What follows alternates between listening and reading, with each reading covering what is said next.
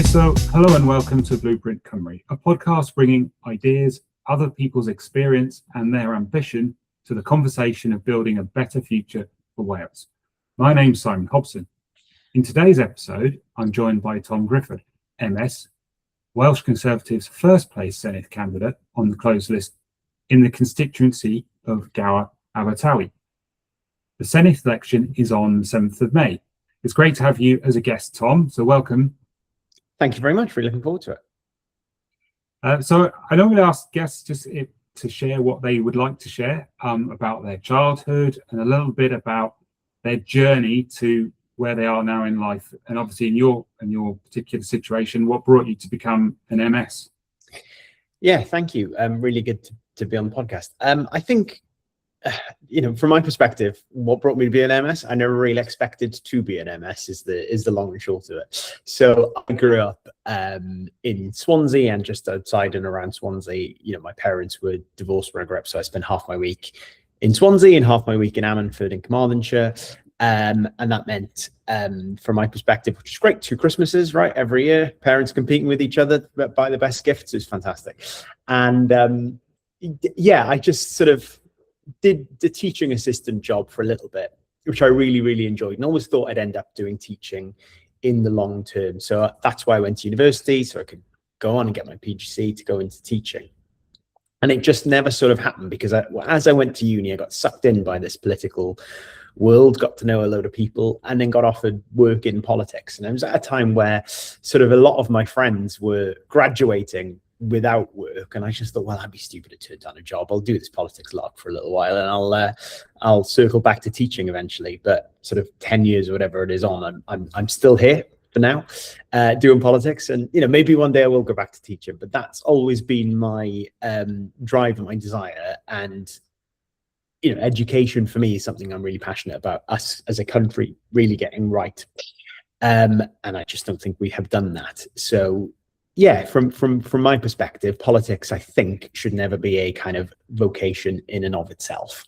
I always think much more highly of and think it is a better experience to reach politics through a kind of unexpected path and an unexpected journey, because then you have something to contribute from the real world. So what would you say has shaped your political worldview then, that brought you to the particular political party you're in? So, look, the reason I became a Welsh Conservative, and there weren't many where I was growing up, was, I grew up not in a very wealthy part of Wales at all. And I saw the world around me.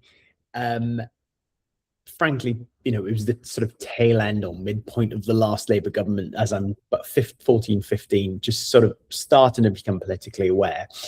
And, the world around me that I could see was one of people trapped on benefits and on dependency on the state, and I could see that it wasn't doing very, very good for those people who were without work and having to rely on benefits, but it also obviously wasn't a very good deal for the wider taxpayer who was going to work.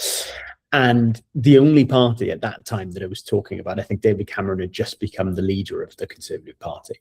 And he was talking about giving people a hand up out of welfare rather than handouts. And that sort of chimed with me because, like I said, the world I saw around me was people actively being worse off in some instances by choosing to work than they would have been had they not. And there seemed like a fundamental unfairness there in that system between like I say, the person who's choosing not to work or perhaps is financially disincentivized not to work versus the person next door who's got their alarm clock going off every morning, having to, get up at the crack of dawn to go and work for a number of hours.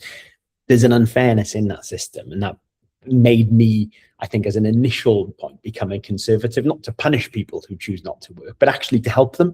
Because I think actually the dignity of work is not just a financial positive. It can benefit people socially and in lots and lots of other ways as well. So I think, a driving force for me as to why I became a conservative is how do you turn communities where, worklessness, frankly, is endemic, right? There are a large number of communities in Wales where worklessness is a career choice. And, how do we break out of that cycle as a country where those problems probably are more acute than the rest of the UK? But what drove you particularly into the Conservative Party as opposed to following maybe the Welsh Liberal tradition. I would suggest that maybe you had ambition. You're quite an ambitious person, because perhaps going the Liberal route, which is maybe the tradition of Wales, and many of the attributes that you've just highlighted there are ingrained in that radical liberal Welsh tradition. But you chose to go the Conservative route rather than the Liberal. Is that down to personal ambition, or is there some nuance between those parties that? So I think you're right. I think there is a Welsh liberalism, right? And I think this is what I think people don't understand necessarily. But people, particularly when people look at from the outside in at Wales and think of it as this kind of socialist bastion of a nation, right? Dominated obviously by Labour in the past, but even the kind of dyed-in-the-wool Labour voters in the valleys, for example, are actually in lots of ways socially conservative as much as they are perhaps economically socialist. So there's an interesting dichotomy there, I think, and the picture is far more nuanced than is immediately obvious. I think your wider point about the tradition of kind of Welsh liberalism is really interesting as well. And I wonder, at that point, what would have been 2005, 2006, when I was that sort of age, starting to become politically aware, like who was making those sorts of arguments from a kind of traditional liberal wing in Welsh politics. And I think that's something to our cost really is being lost in our kind of political discourse, right? I think where we are now and today is we are in an age of extremes, right? We're in an age of rip the whole thing up and start again, right? Whether that be kind of a move towards a kind of Plaid Cymru style independence, let's break ourselves apart from the rest of the United Kingdom, or a kind of reform, let's burn everything and see what happens the other side. And I think the space for nuance, for ideas, for plans, I worry a little bit is being lost. So I think that is where, in my view, the politics should lie. But I think for too long we haven't really explained about politics can be a force for good. It is a lot of one set of bad news after another, and people start to think, okay, well, clearly it's the system that isn't working. And there are definitely bits of the system that do not work, don't get me wrong. But I think the second you start to lose the argument, the second you stop portraying to people that politics can be a source for good and of change, people start to say, well, politics doesn't work for me, and then reach for the extremes in the solutions to fix it. And so there's a ground there really that needs to be recovered, in my view. Do you think that this new closed list system goes some way towards engaging the public and the voter in politics a little more, in that there is potentially more opportunity for smaller parties to get into the Senedd? I think it could do the opposite, bluntly, where I know from campaigning in Gower and Swansea, people do not understand this new system, right? There's no two ways about it. But B, having the kind of link between who your Senedd member is and the way in which they vote is really important to people. And people are not necessarily aware at this point, they probably won't be aware until they go to the ballot box, that link has been severed as a consequence of this system. So I think what that does is it makes our politicians less accountable to the people of Wales, their constituents and the people that they represent, and probably more accountable to their political parties in the first place, right? If I'm in a seat, and I'm not, but if I was in a seat where my party was guaranteed 2, 3, 4 seats, and I knew I had a chance of being number one, I don't have to bother with my constituents. I have to bother with my party to keep them happy in order to ensure, that they put me forward. And that could be the party whips, making sure that you're fiercely loyal and ensuring that you're always voting, the way the party leadership would want. But that also could be to the party members, right? So every party has a membership base usually that is more extreme. So in my case, our party membership is probably more conservative than our voter base at large.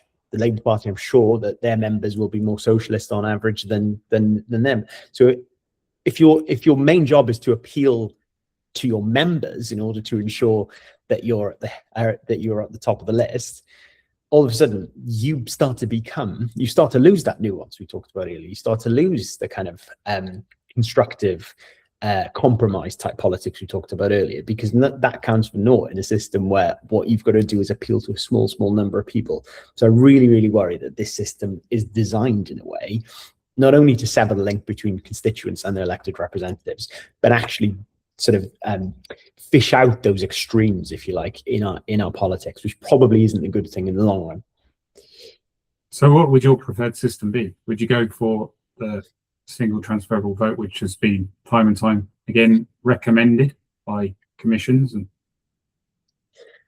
so I think any system that has I'm not a big fan of STV, just to be completely clear, but I think any system where there is a clear and direct link between the electors and the people that they represent, right? And first past the post is not a great system for a proportional result. I totally accept that. However, it is clear, people understand what it is for, how it works, and who their elected representative is as a consequence. And hey, that may not be to our political advantage as a party, probably in this election, right? Proportional system may do us favors electorally, but in terms of those wider consequences for our politics, I think having this system in particular could be a huge negative and a disadvantage. I understand that you're a Welsh speaker, so I wonder how does that shape the way you see Wales and its place within the United Kingdom, and also just how it influences your day-to-day thinking. And I ask that, I'm the speaker of French and learning Welsh and Spanish, and I know that when I interact with the world in other languages, it does change my frame and the view I have on a subject. So I wonder if that's something that transfers over to yourself. Definitely. I think there's two things with the Welsh language, right, in which I'm a speaker and I'm passionate about, is the kind of way in which we use it ourselves internally and the kind of ramifications of that, and then the kind of way we can use it to sell ourselves to the world. And I think the latter point is something that we've not always done very well in this country. So if you think of something as basic as, say, tourism, right? Actually, what can we do to stand out as a small nation of 3 million people on a global stage? Scotland, I think from memory, has 5 times as many international visitors coming to Scotland as we do in Wales, and there's a number of reasons for that, don't get me wrong, but I just think we sell ourselves very well, and in a way that Scotland does and Ireland certainly does. It's interesting you bring that up, actually, because something that comes out in conversations I have with many of the diaspora is Wales needs to work out what it is in a global perspective and what it wants to tell the world about itself. No, I couldn't agree more with that. So you see, the kind of cliched American tourist will go to Scotland because of the castles and all the kind of mythology. We've got equally the same amount of mythology here in Wales. We're just not really selling it very well. I wrote a piece 2 or 3 years ago, about King Arthur in Wales, because that's a story I just do not think we tell at all in Wales, and just totally overlook. So you're looking at how we can tie that into the offer, and like you say, the way we sell ourselves to the world. I think that's number one. The second point then is about the internal, if you like, within Wales, kind of way the Welsh language is seen. It would upset me greatly if, as we're starting to see, I fear, the kind of Welsh language is used as a political tool. So one of the things I've been most proud of as a Senedd member, and I'm currently the Shadow Minister for the Welsh language, is that we don't have a situation where, one party is actively pro Welsh language, one party is against the Welsh language, used as a political football to divide us. As a Welsh Conservative, I believe passionately in the Welsh language and the power of the Welsh language and the importance of preserving it. And that crosses across political boundaries and political lines. And I think sometimes people, certainly with our party, have a tendency to see us as a bit of an English party in Wales and all the rest of it. Well, that couldn't be further from the truth in Wales. What we're starting to see a little bit from reform is a move in that direction. So you've seen them talk about scrapping the Welsh Language Commissioner, for example, scrapping the million speaker targets, because it's all seen as this kind of bloated bubble bureaucracy and waste and all this stuff. But all of a sudden then that change, there are arguments to be made around that, and I'm not trying to deny them, I don't agree with them. But I think what that does as a consequence is turn the Welsh language into something that it should not and should never be, which is a kind of a political football between two very polar viewpoints about where Wales is and what Wales should be. And that is something I think we need to really guard against. I think there's a general British mindset. Maybe this is changing as the demographics change across the United Kingdom, but that forgets most of the world speaks more than one language, and it's a strength for Wales to have that. And I don't believe political parties of any colour have done enough to promote the Welsh language and what that means, because obviously Wales has an awesome flag, so we get attention from the flag, and particularly with like the Football World Cup and things like that, that it's helped that side of things. But I know from conversations here with people in Quebec that, one, I have to explain that Wales exists, then where it is, then that it's got its own language, and that's obviously in Quebec, and Quebec's very switched on to individual nations and their rights. But what's really interesting on that is you mentioned the World Cup, right? That's a great example of this. So I was a Senedd member back in 2022 when we were at the World Cup. And for my money, there was no strategy. Okay, we know Wales is going to be on the global stage. We were in a group with America, right? At that time, that's a huge opportunity to kind of sell Wales to the world and show, what is the biggest economy in the world, right? Who we are. And for me, there wasn't enough appreciation of the opportunity that presented us. There's only a few moments as a small country on the global stage we get the opportunity to sell ourselves. We've got to take them. We've just absolutely got to take them, and I think we didn't. And when these events come up, when these opportunities come up, you need a government that is proactive enough to think, right, okay, we know in this window this is massive for us. How can we use it? How can we tell the story of Wales to America or wherever else it might be? So why do you think that is the case when, as you've already mentioned, and it's something that diaspora mentions to me as a lot as well. Scotland and Ireland, particularly Ireland, do incredibly well. They're very good at engaging with the diaspora. They're very good at selling. They've got the sort of label of the crack, as it were, in Ireland. That's where you go there. That's what it's about. I know that there's obviously historical aspects, like here in Montreal, tomorrow's St. Patrick's Day. There's St. Patrick's Day parades and stuff, and so I know that there's a bigger Irish heritage aspect in North America, for example, that obviously helps that. But there is, because I've talked to people about it on this podcast, there is a lot of Welsh history in North America as well, and yet that isn't used and utilised as well as obviously Scotland as well, and the Scots pretty much founded Montreal. So they're good at doing what they do. Why is Wales not good at doing that? Because I think we don't know who we are, or we haven't sold ourselves perhaps to the world in the way that we should. And I think, the best example are Americans, right? If someone is American and they're of Irish heritage, I see Joe Biden talking about that, right? Is his Irish heritage when I think his great grandparents came from Ireland, from memory. If someone has gone to America from a kind of Welsh background, from Welsh heritage, it is often forgotten after a generation or two.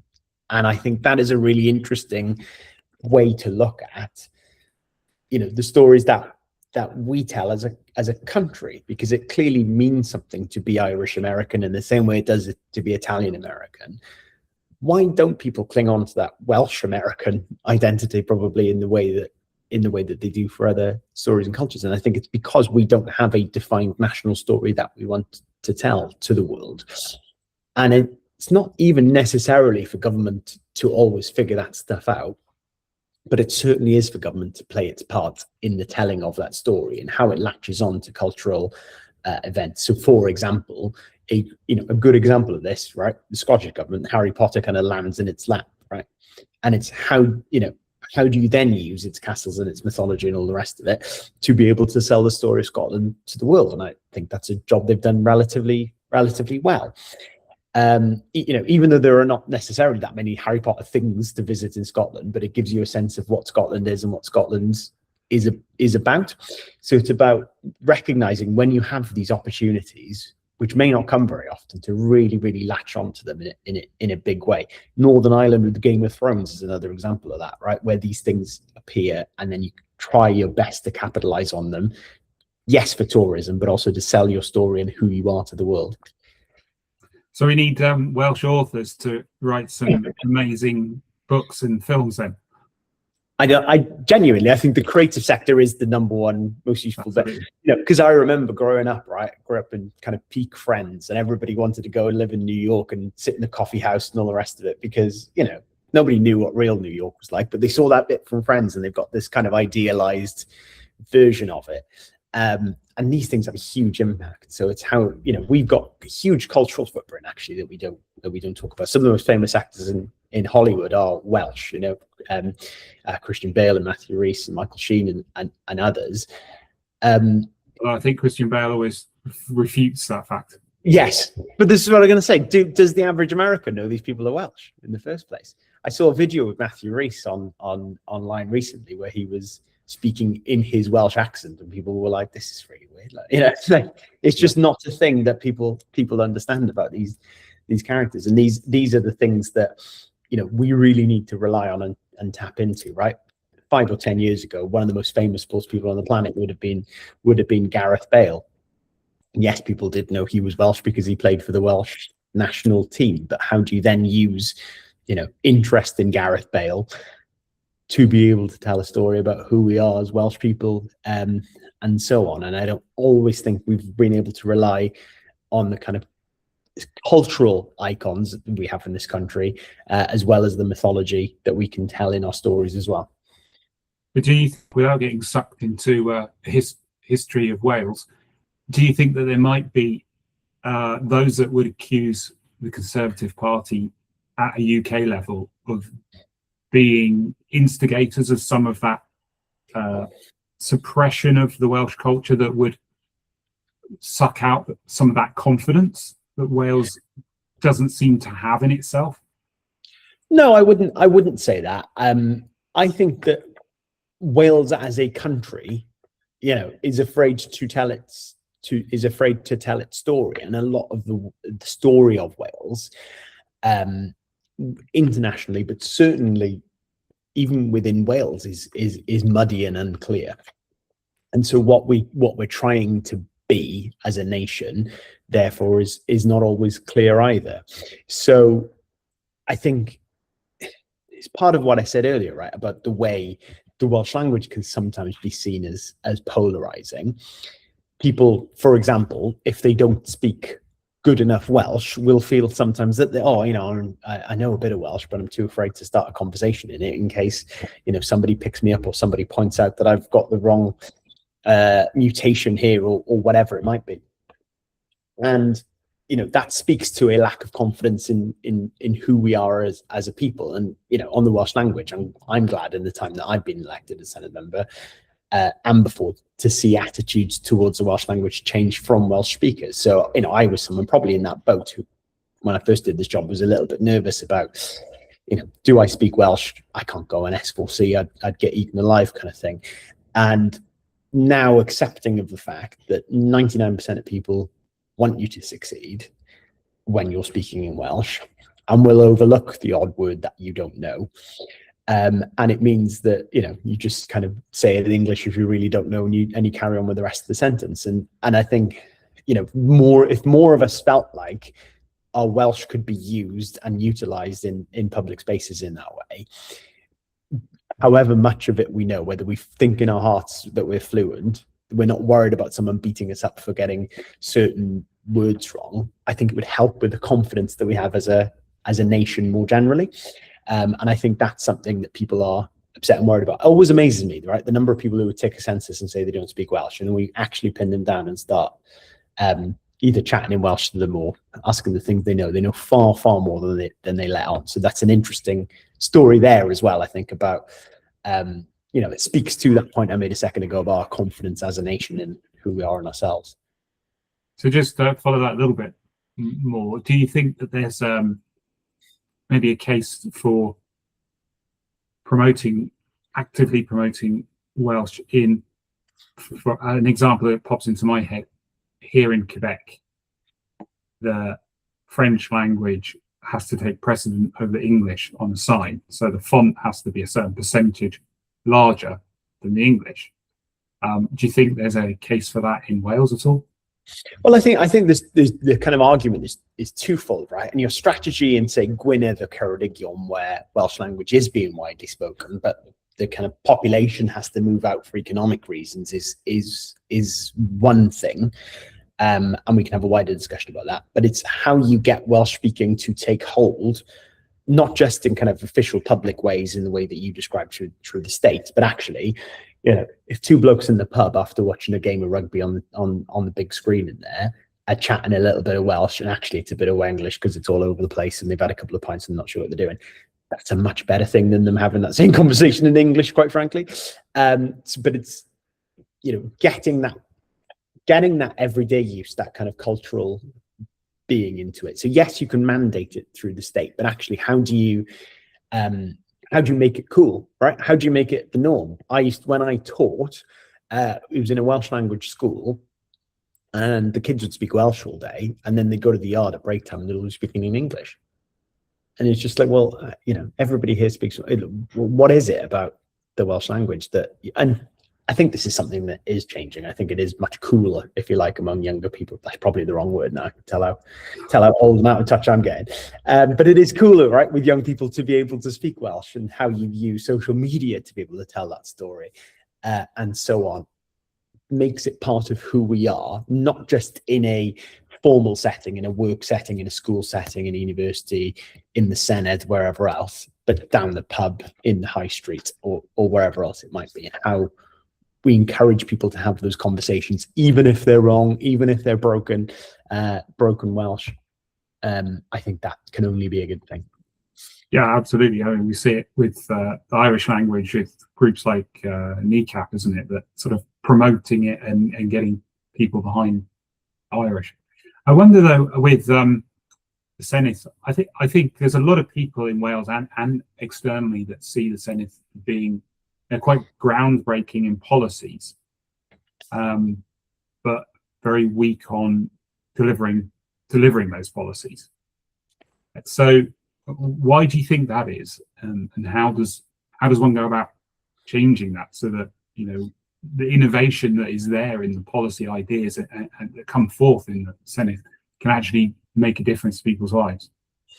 So the best example I can give you, right? If I go back to the example I gave earlier, where you've got Gwynedd, Ceredigion, Carmarthenshire, wherever it might be, these high concentration of Welsh language speaking areas, right? And what we've seen in the last two censuses is the number of Welsh speakers in Wales declining, but also declining in those heartlands as well.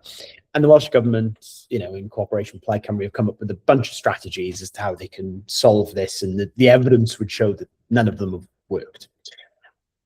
Because for as much as you can have a shiny new policy off the shelf that says, like you said, mandates certain things or encourages this, that, and the other, actually the fundamental point is, if I'm 18 years old and I'm growing up in Gwynedd, where are the opportunities for me to want to stay and develop my career and start a life and build a family? Most people will want to do that in the communities that they grew up in, but find themselves unable to realistically do that. So it's, how do we build an economy that works for Wales, because the Welsh language will come along with it then, because it will enable people to be able to stay in those communities as well. So the best example I can think of is getting on and building the nuclear power station on Anglesey, because they're high skilled, highly technical jobs that should be for local people. You've got a good college partnership and so on up there that means that people can get trained in those in the skills that are being needed, and tackles the one thing that those people actually want to do, which is to be able to have that high-skilled, high-trained, high-wage work in the homes or in the communities that they grew up in. There doesn't really seem to be a lot of that going on, particularly in rural West Wales at the moment. So how do you encourage people to stay in their communities? Yes, strategies off the shelf are great, but a growing economy, a good job, and a good house is probably the most fundamental part. But that example you've given is going to necessitate having skilled workers coming in from outside of Wales, because Wales hasn't developed them or hasn't held on to that skill set. So you are then potentially opening up that conversation about migration, whether that's internal migration within the UK or from wider afield. So I just think in the conversation there doesn't seem, going back to your point about nuances, it doesn't seem to be the understanding that that sometimes the skill set has to come in from outside in order to grow it in an area. You have to have people teaching. And you're from a teaching background. You need someone that already knows how to do something in order to teach it. Yeah, and I agree with that. I think the point I'm trying to make, though, is, for example, right, I sit in the patch I currently represent on the Tartar Steel Transition Board, and obviously I've seen the mass number of redundancies of the transition going on there in Talbot. And what we know is coming down the track is the offshore wind projects, the green energy jobs, and the free port, right? So we know there are a number of jobs being lost today. We know there are a number of jobs, tens of thousands potentially being created tomorrow, that will have similar but not the same skill set as the jobs that are being lost. So unless you've got a strategy to bridge that gap between when the jobs are being lost, the previous jobs are being lost, when the new ones are being created, and B, upskilling people who are just coming into the labour market to fit those jobs for the future, and that is through public-private partnerships, that is through working with higher education institutions and so on, you are inevitably going to end up disproportionately importing people from elsewhere in the country to fill those roles, because the people that currently can do similar roles, whether it be in Tartar or elsewhere, will have left to seek opportunities. And by the time those jobs open up here in Wales, you're left with a workforce that does have the skill, having moved elsewhere, and needing to import people either back into Wales in the first instance, or probably into Wales for the first time, to fill the jobs that we're creating here.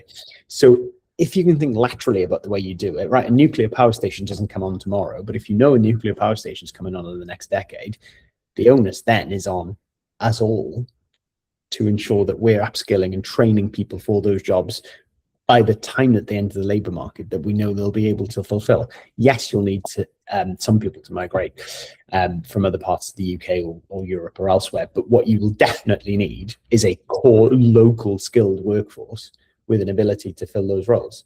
And again, it requires long-term thinking. It relies on a partnership between the private and public sector, but it is definitely something that can be achieved and minimizes what you talk about, which is the need then to just bring people in from elsewhere to fill roles, because that doesn't really achieve what we're looking to achieve. And do you believe that Wales and the Senedd has the powers it needs to create an economy that's working for Wales and the Welsh people? It does. I think your argument, so the Senedd definitely has all the powers that it needs. Obviously, there are instances where there are powers that overlap, if you like, with the UK government, right? The idea that, we can definitely use the tools available to the Welsh government to grow our economy in Wales, there's no question. Can we use tools to fundamentally change everything about the Welsh economy? Probably not, right? Because he's still working within the confines of a UK structure, and that's not necessarily, well, that isn't a bad thing at all. But the need, this kind of argument about powers, in my view, kind of lets certain parties, and certainly the government, off the hook then in terms of the powers that it is available to it, and the powers that it does have. So, for example, it is much more difficult to start a business from scratch here in Wales than it is in the rest of the UK for a number of reasons, but a number of them are devolved, right? So less skilled workforce than elsewhere in the United Kingdom, which impedes your ability to recruit. Higher business rates on average. Talk about transport connectivity, the M4 relief road and so on. These things are within the power or are direct results of decisions made by the Welsh government over the past 3 decades in Wales, which make it more difficult for businesses to start and then in turn grow. What about Wales and rail infrastructure? Yeah, definitely. I think those things are relevant as well. I've got no argument with. I've got no truck with the argument that Wales shouldn't have consequentials from HS2, for example. That's something we as a Welsh Conservative group have argued for a long time.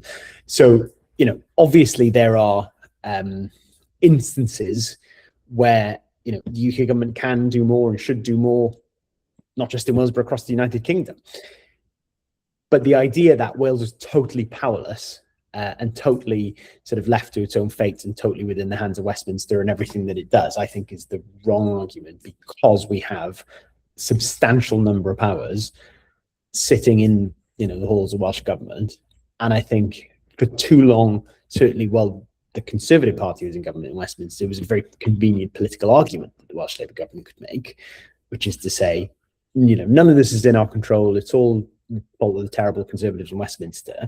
And you've seen those arguments start to drip away now that there's a government of the same party in Westminster, because people will say, hang on, you said that you couldn't fix X, Y, Z because you're a different government, you're a different colour party government in Westminster. Now you have the same, and we still got these problems.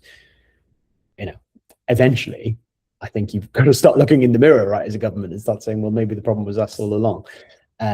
There are definitely powers here. They need to be used. We've talked in our manifesto about how we can use some of them.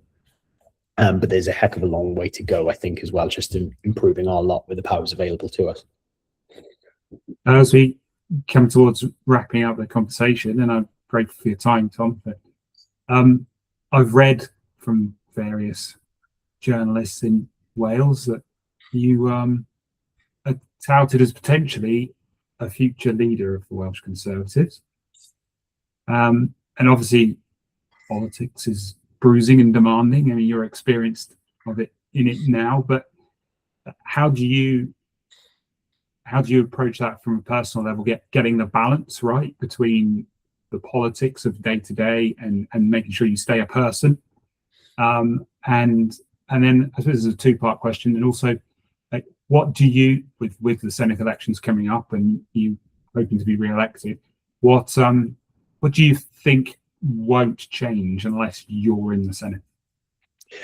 So I think those things are like never helpful, right? just to start, I think it politically can be the kiss of death sometimes, right? When the kind of expectation is placed upon you. I've got no designs on this. Darren is doing a great job. I support Darren to be the leader of the Welsh Conservative Party. He's been in there 18 months, obviously challenging circumstances nationally, but I think he's doing the best job that he can do in the scenario. In terms of an ability to do stuff locally, I think is the main thing for me, right? So whatever happens in the future, it's all for naught unless I have a seat in the Senedd, right, and can be there in the first place. I think going back to the very first, or one of the first answers we talked about, is about having the local link and the local plan, right?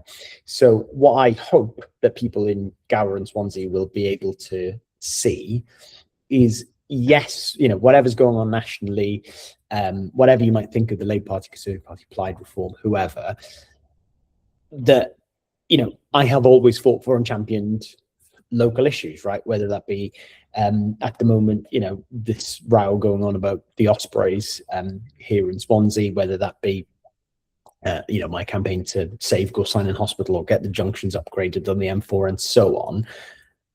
My worry with the system is you kind of lose that local voice and that local impetus. And that's something I've always tried to provide for people here in Swansea. It's an ability to cut through the kind of national stuff, if you like, and really focus on, advocating for and on behalf of not just whatever my party thinks and believes in policies, but a local focus as well. And I think I worry that by just electing people on the basis of their party rather than individuals, you will lose the ability to have local people advocating for local causes and fighting on your behalf. So I think, cutting everything else aside, I think that for me is certainly the pitch I'm trying to go into this election. It is a tough election to be able to do that because, like I say, there is a national focus. There is an ability for people to say vote for party X, Y, and Z because that's what's going to be on the ballot paper.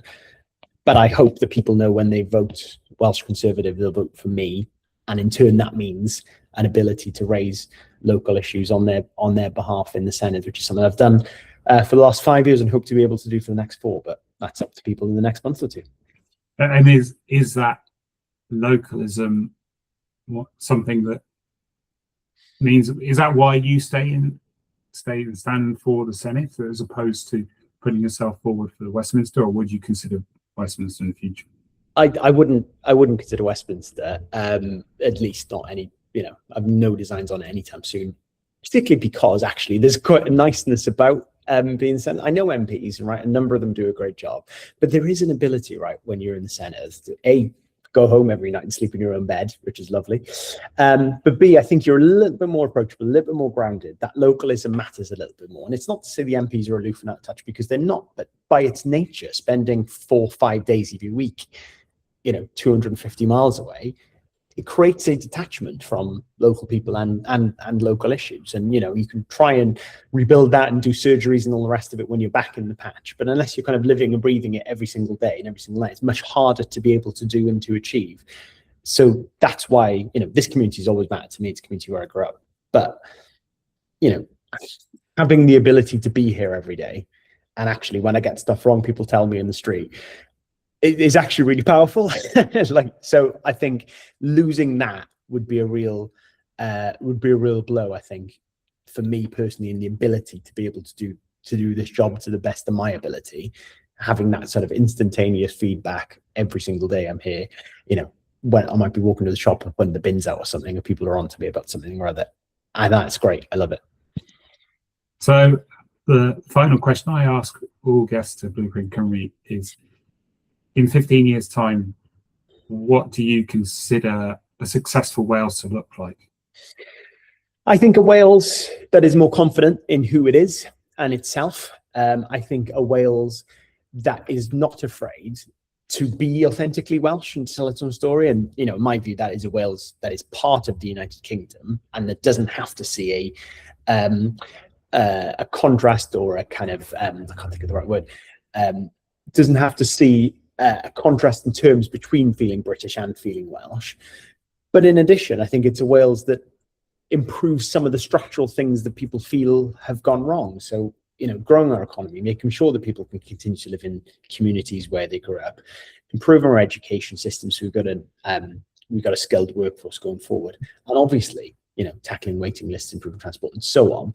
But I think for me and for my money, I think a Wales that is more prosperous starts with improving our education system in the first place. Once we do that, we've got a confident workforce that can be attractive to and appeal to businesses who want to grow, who want to invest in Wales in the first place, and know that we've got an ability to be able to do it. So it starts from my money at that level, and then hopefully everything else comes with it, because without a strong economy, you can't fund those public services and those other things that we've talked about throughout this podcast. But you don't get a strong economy without a skilled workforce. And there's obviously 8 weeks out, I think, from the election now, so you're busy campaigning, but is there anything else you're up to at the moment that you'd like to share with the listener? So, well, it could all change in 8 weeks, right? I think, look, from my perspective, I'm just out every day at the minute, just knocking on doors, speaking to people, and this is the part of the election cycle I genuinely love, is speaking to local people. I think, if I get back in, great. I'm really looking forward to get my teeth stuck into all the stuff I have been and more over the next 4 years, in whatever government comes out the other side, because we don't know, and that's a whole different thing we don't want to get into. But whether that be using the status of opposition to highlight certain issues, or being in government and being able to deliver on them, And look, if it doesn't work out and I'm not back there, I don't know what. Really don't know what the future holds. I haven't got a plan. I'll be honest with you, Simon, I haven't got a plan. But I'm sure it'll be great. I think the one thing I'm determined, I think, not to do, if I'm totally blunt, is kind of be that kind of hanger-on that you see sometimes in politics, who's like kind of pining after the job that they had before and all the rest of it. So, maybe this is a moment for a new opportunity and to do something else. Well, weeks time, who knows? You're a young man, aren't you? So you've got plenty of life to live. I've got a few grey hairs. I was looking in the mirror this morning. I was depressed by them. I got coming through. So my youth is not there where it was anymore. Tell me about it. My 46th birthday is coming up, and I've noticed the body changing. Yes. So diolch yn fawr. The guest Tom Giffard in this. If you've enjoyed this conversation, have comments on today's topic, or would like to donate to keep the work of New Wales going, please go to our website, which is an easy one to remember because it's new.wales.